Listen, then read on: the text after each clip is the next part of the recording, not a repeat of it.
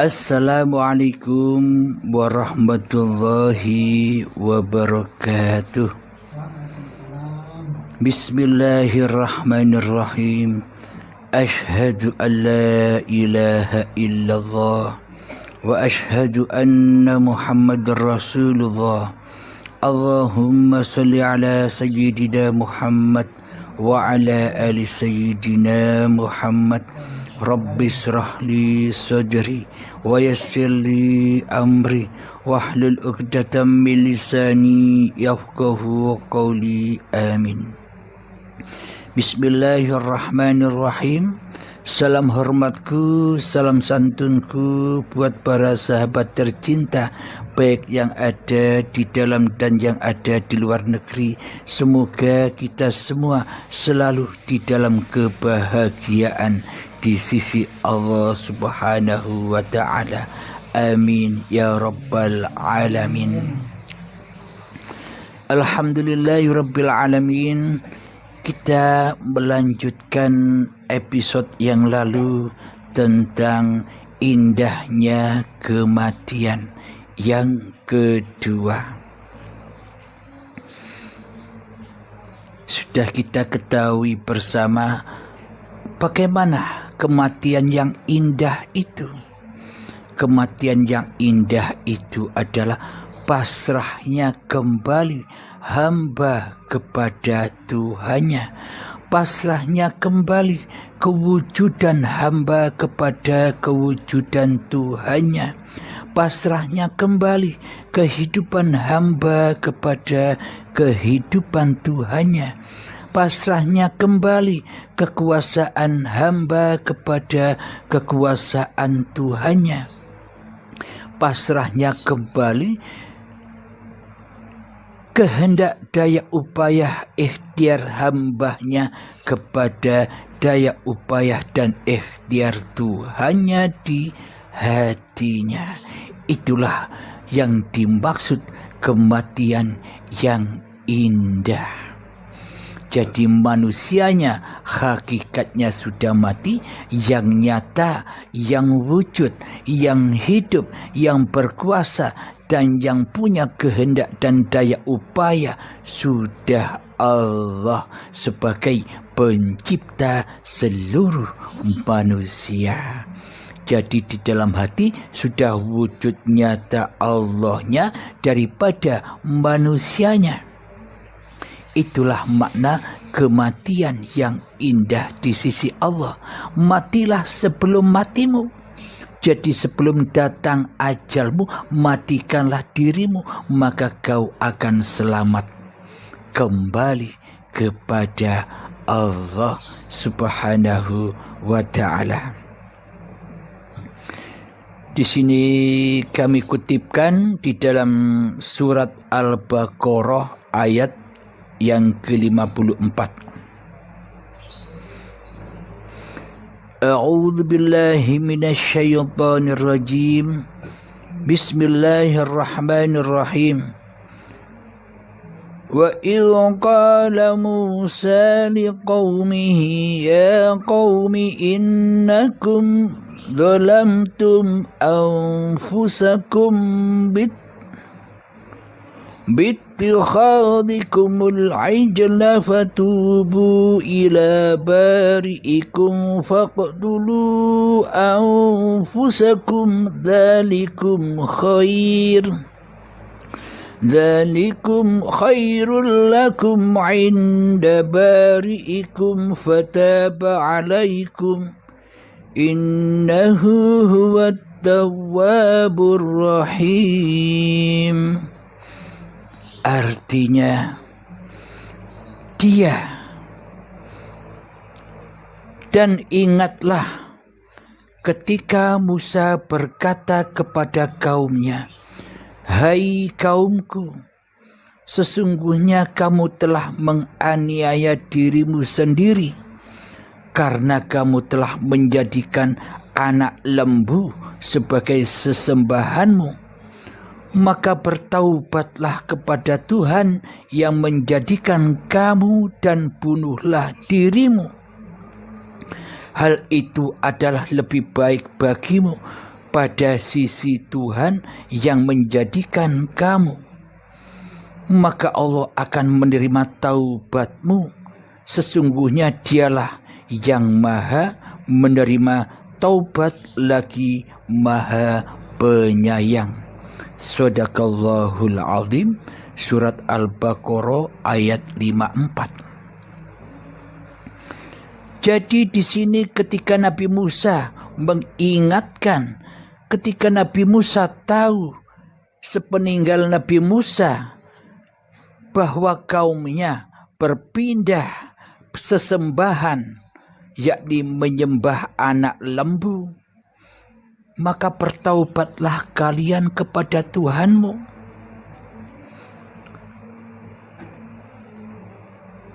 Yang menjadikan kamu semua. Jadi bertaubat kepada Tuhan yang menciptakan kamu. Karena selama ini kita tidak merasa bahwa kita ciptaan Allah. Apa buktinya? Allah tidak ada bagimu. Allah tidak wujud bagimu. Allah tidak nyata bagimu di hatimu. Inilah bukti bahwa selama ini kita tidak merasa bahwa kita ini adalah ciptaan Allah. Kita merasa di dalam hati kita bahwa diri kita adalah ciptaan hawa nafsu, iblis dan setan yang bersarang di dalam singgasana hati kita selama ini daripada menjadi ciptaan Allah.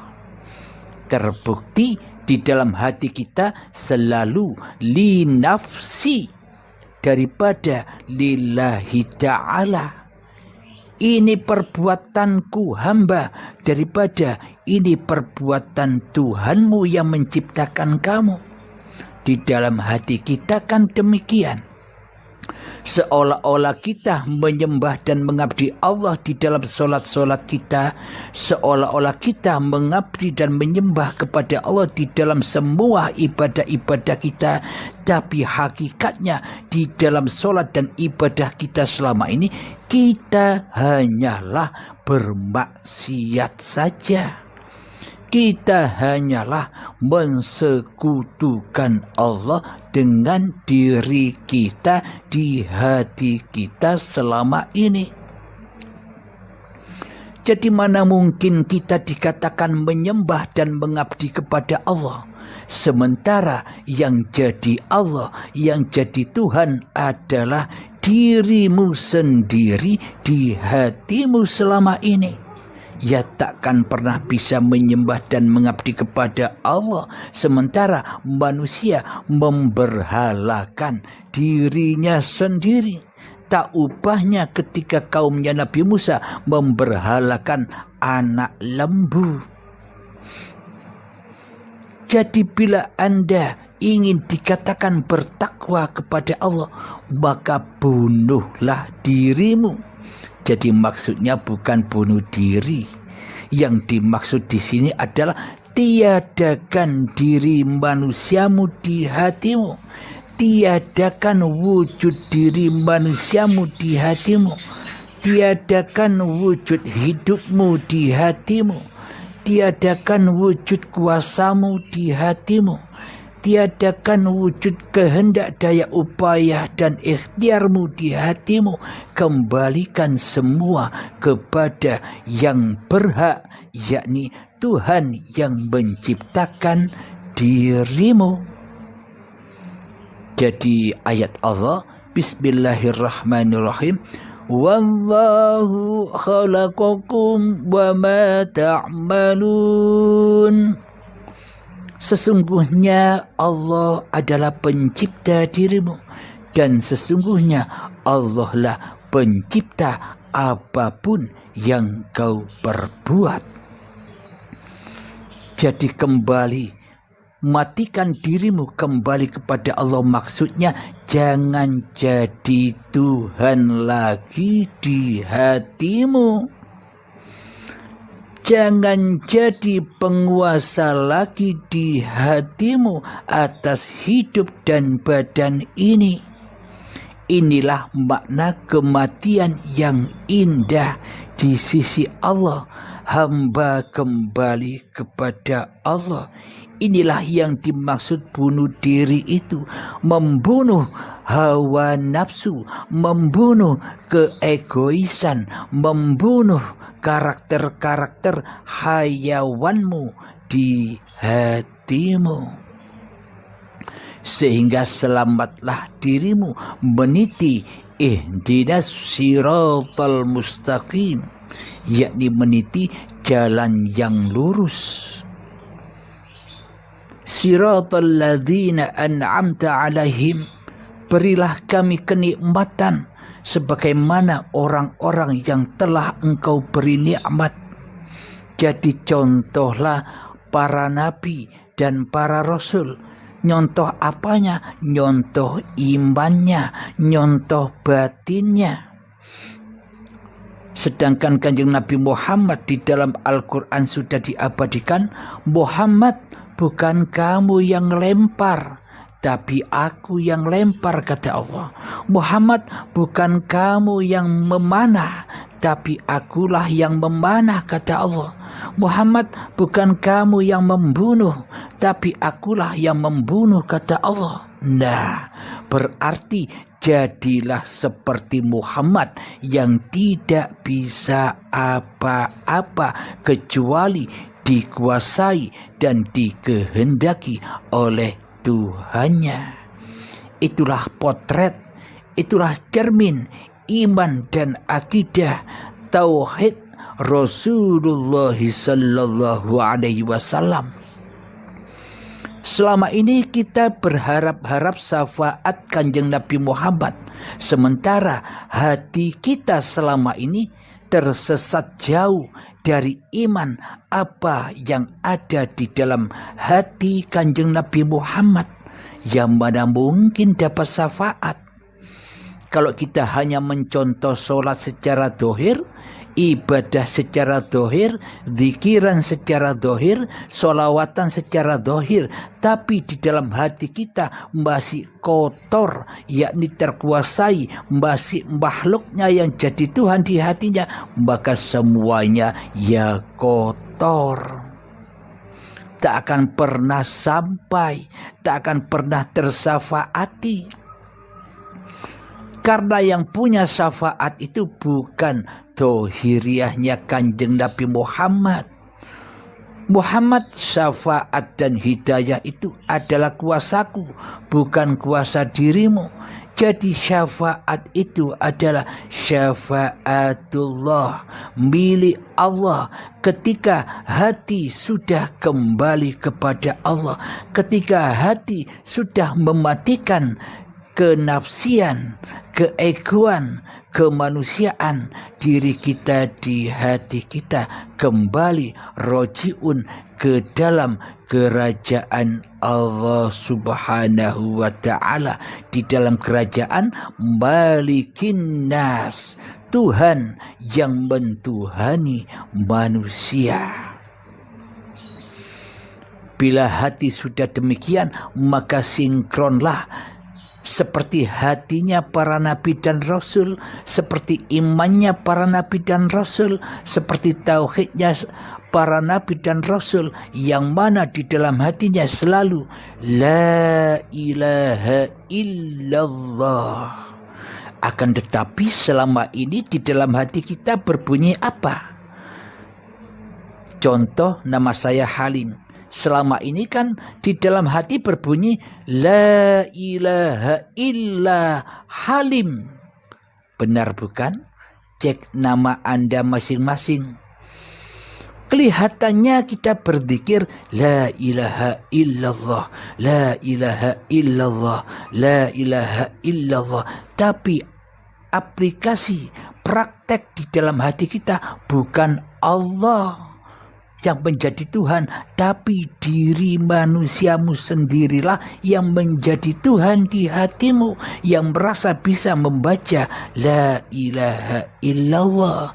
padahal hakikatnya berbunyi la ilaha illa halim, la ilaha illa yayu, la ilaha illa sebagainya.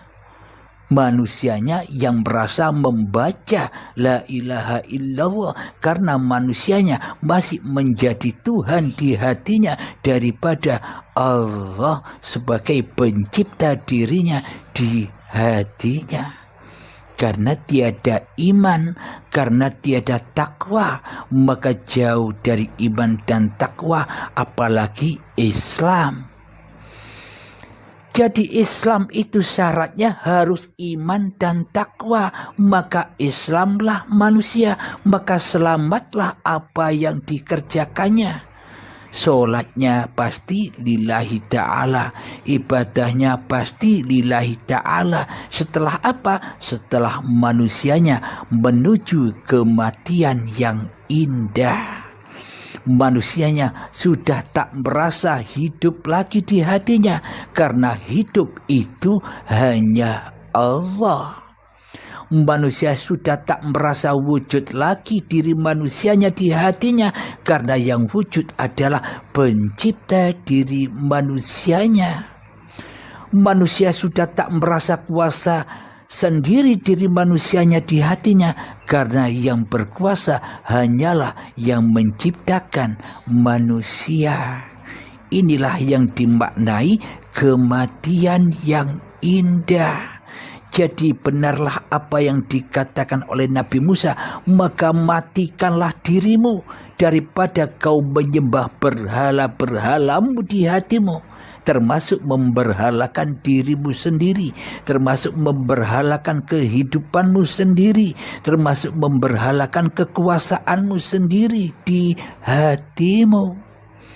Maka matikanlah dirimu, bersihkanlah hatimu dari cipta-cipta diri manusiamu, maka sempurnalah imanmu, maka kembalilah dirimu. Inilah yang disebut mati sebelum mati. Jadi husnul khotimah dulu sebelum kedahuluan ajal menjemput. Jadi kunci la ilaha illallah, kunci husnul khotimah sudah diraihnya bagi orang-orang yang beriman hatinya hanya kepada Allah. Bagi orang-orang yang selalu memegang teguh tali Allah. Apa maksudnya? Bukan tali-tali seperti tali tampar itu. Ini semua hanya kiasan-kiasan saja. Berpeganglah dengan tali Allah. Maksudnya apa? Berpegang teguhlah di dalam dadamu bahwa hidup ini Allah, bukan hidup manusiamu. Inilah yang dimaksud berpegang teguh pada talinya Allah. Jadi hati selalu hudur Allahnya daripada hudur kemanusiaannya di hatinya. Maka bila hudur Allahnya di hatinya, maka bila wujud Allah di hatinya, maka sudah berkuasa Allah di hatinya. Maka bila sudah hidup Allah di hatinya, maka seluruh amaliyahnya akan menjadi amal yang soleh.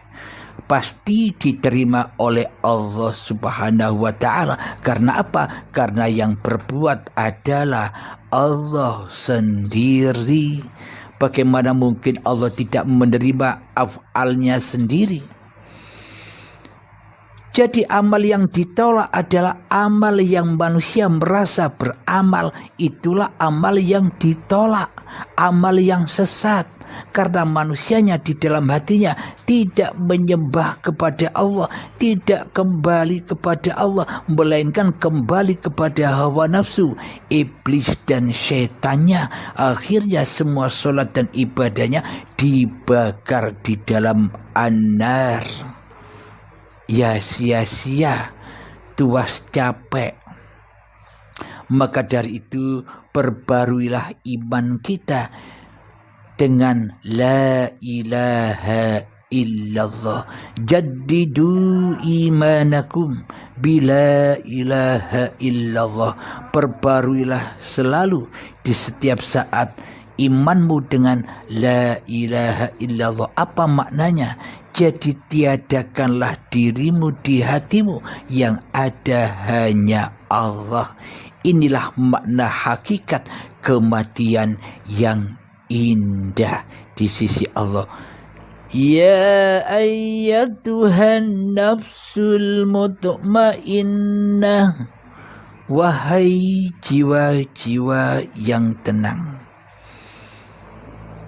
irji'i ila rabbiki radiyatan mardiyah, pulanglah kepada Tuhanmu dengan rela dan ridho hati, maka Allah pun akan meridhoimu. Fadkhuli fi ibadi, maka kau akan termasuk sebagai orang-orang yang mengabdi.